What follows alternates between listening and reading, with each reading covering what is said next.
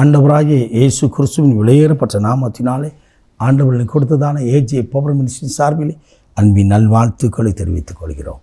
எனக்கு அருமையானவர்களே, ஆண்டவருடைய வார்த்தைக்கு நேராய் இன்றைக்கு கடந்து வருவோம். கர்த்தர் கொடுத்த ஏஜே பவர் மினிஸ்ட்ரி சார்பிலே அன்பின் நல்வாழ்த்துக்களை தெரிவித்துக் கொள்கிறோம். 2 கொரிந்தியர் புத்தகம் 9ஆம் அதிகாரம் 10வது இறைவார்த்தையை கர்த்தர் இன்றைக்கு தியானிக்கும்படியாய் கொடுத்திருக்கிறார். நம்ம வர்த்திக்க பண்ணுவா. ஹல்லேலூயா. விதைக்கிறவனுக்கு விதையும் புசிப்பவனுக்கு ஆகாரத்தையும் அளிக்கிற தேவன் உங்களுக்கு விதையை அளித்து அதை பெருக பண்ணி உங்கள் நீதியின் விளைச்சல்களை பெருக பண்ணுவார், வர்த்திக்க பண்ணுவார். விதைக்கிறவனுக்கு விதையை கொடுக்கிறவர், புசிக்கிறவனுக்கு ஆகாரத்தை கொடுக்கிற தேவன் உங்களுக்கு விதை வார்த்தையை கொடுத்தவர் இந்த வார்த்தையினாலே வாழ்வை கொடுப்பாரா. ஹல்லேலூயா, ஹல்லேலூயா. வேதம் அதே பகுதியிலே 8வது இறைவார்த்தை சொல்கிறது, எல்லாவற்றிலும் சம்பூர்ணமாய் இருக்கும்படி, எல்லாவற்றிலும் நிறைவாய் இருக்கும்படியாய் ஆண்டவர் விரும்புகிறார். ஆனால் பிசாசோ ஏதோ ஒரு காரியத்தை நம்மை அலைக்கழித்து அலைந்து திரும்படியாய் வைக்கிறார். சுகவீனப்படுத்தி பலவீனப்படுத்தி பார்க்கிறார். ஆண்டவரோ அவருடைய வார்த்தையை அனுப்பி பலப்படுத்துகிறவர், தன் வல்லமையினால் இடை கட்டுகிறவர் உங்கள் வாழ்க்கையிலே அற்புதம் செய்வார், அற்புதம் செய்வார். ஏன் விதைக்கிறவனுக்கு விதை ஏன் கொடுக்கிறார்? ஏன் அவன் விதைக்க வேண்டும்? விவசாயிகள் தன்னுடைய விளைச்சல் நிலத்திலே தலை பயிர் என்று சொல்லி முதல் பயிரை வைத்திருப்பார்கள். மறுபடியும் அதை விதைப்பதற்காக அதை பத்திரமாய் பாதுகாத்து வைப்பார்கள். ஏனென்று சொன்னால் அதை விலைக்கு விற்பதில்லை, மறுபடியும் அந்த பயிரை எடுத்து மறுபடியும் விவசாயம் செய்ய வேண்டும் என்று சொல்லி பத்திரமாய் பாதுகாத்து வைத்திருப்பார்கள். எனக்கு அருமையானவர்களே, அப்படியானால் நீங்களும் நானும் புதிதாய் வந்திருக்கிற இந்த நாளிலே ஒவ்வொரு நாளிலும் முதல் நேரத்தை, கண் விழிக்கின்ற அதிகாலை நேரத்தை தேவனுக்கென்று கொடுக்க வேண்டும். உங்கள் நேரத்தை ஆண்டவருக்கு கொடுத்து பாருங்கள். ஏன் என் வாழ்க்கையிலே விருத்தி இல்லை? ஏன் என் வாழ்க்கையிலே விமோசனம் இல்லை? நான் ரட்சிக்கப்பட்டிருக்கிறேன், அபிஷேகம் பண்ணப்பட்டிருக்கிறேன், வாசிக்கிறேன், காத்திருக்கிறேன். ஏன் என் வாழ்க்கையிலே ஆசீர்வாதம் இல்லை? தேவனுக்கு கொடுக்க வேண்டிய நேரத்தை கொடுக்கவில்லை.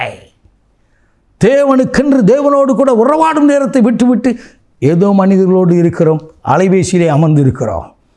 வேதம் சொல்கிறது, தாவீது கரங்களை நோக்கி தேவனுக்கு நேராய் கரத்தை உயர்த்தி வானத்தையும் பூமி உண்டாக்கின கர்த்தரிடத்திலிருந்து ஒத்தாசை வரும் என்று சொல்லி நிற்கிற ஒரு தேவ மனிதன். இன்றைக்கு நாம் எப்படி இருக்கிறோம்? அலைபேசியை பார்த்து குனிந்து கொண்டு இருக்கிறோம். எனக்கு அருமையானவர்களே, தேவனுடைய முகத்தை பார்க்க வேண்டிய ஒவ்வொரு தேவ பிள்ளையும் இன்றைக்கு யூடியூப்பிலும் வாட்ஸ்அப்பிலும் நேரத்தை கழித்து கொண்டிருக்கிறோம். என்னுடைய நேரத்தை, உங்களுடைய நேரத்தை நாம் எப்படி செலவிடுகிறோம்? தேவனோடு செயல்படுகிறோமா? தேவனோடு செலவிடுகிறோமா? தேவனோடு செயல்படுவோம் என்று சொன்னால், தேவனுக்கென்று நேரத்தை செலவழிப்போம் என்று சொன்னால், வேதத்தை வாசித்து தேவனை நேசித்து என் நேரத்திலே கர்த்தரை ஆராதிப்போம் என்று சொன்னால், தேவன் எனக்காக என்னோடு இருந்து செயல்படுவார். நான் செய்கிற காரியங்கள் வர்த்திக்க பண்ணுவார். பஞ்ச காலத்தில் வேதம் சொல்கிறது, ஈசாக்கு பஞ்ச காலத்திலே விதை விதைத்தான். வேதம் சொல்கிறது 100 மடங்கு ஆசீர்வாதத்தை கொடுத்தார். 100 மடங்கு ஆசீர்வாதத்தை கொடுத்தவர் இன்றைக்கும் உங்கள் குறைகளாம் நிறைவாக்கி பெருக பண்ணுவாராக. அல்லேலூயா. ஆண்டவருடைய பாதத்திலே நேரத்தை கொடுங்கள், உங்கள் உழைப்பை கொடுங்கள். உழைப்பிலிருந்து ஒரு பகுதியை நீங்கள் கடந்து போகிற சபைக்கென்று கொடுங்கள், திருச்சபைக்கென்று கொடுங்கள். தேசம் மாத்திரமல்ல, தேசத்திற்காக ஜெபியுங்கள், தேவ சமூகத்தில் காத்திருங்கள். உங்களை கர்த்தர் வர்த்திக்க பண்ணுவார். ஏன் என் வாழ்க்கையில் விருத்தி இல்லை, விமோசனம் இல்லை?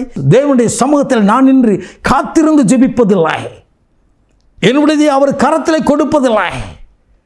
எனக்கு அருமையானவர்களே, நன்றாய் கவனிங்கள். 5 அப்பம் 2 மீன் சிறு பையன் கரத்திலிருந்து ஆண்டவர் கரத்தில் கடந்து போனது. அவரோ வானத்தை அண்ணாந்து பார்த்து பிதாவை நோக்கி ஜெபித்தார்.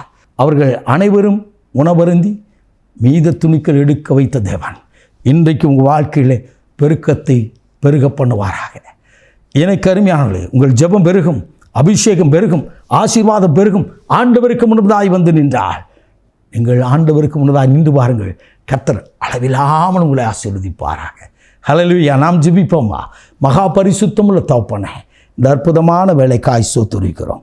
இந்த நாளில் உமக்கு முன்பதாக நாங்கள் வந்திருக்கிறோம். உம்முடைய வார்த்தையை கேட்டோம். ஆண்டவரே, இந்த வார்த்தையின்படியே ஒவ்வொரு குடும்பத்தையும், இதை கேட்கிற ஒவ்வொருவருக்கும் ஜபத்தை, அபிஷேகத்தை, ஆசீர்வாதத்தை பெருக பண்ணி மகிழ பண்ணும். ஆசீர்வதியும் ஆளுக செய்யும். இயேசு ரட்சகரின் விலையேறப்பட்ட நாமத்தில் பிதாவே, ஆமென். ஆமென். God bless you.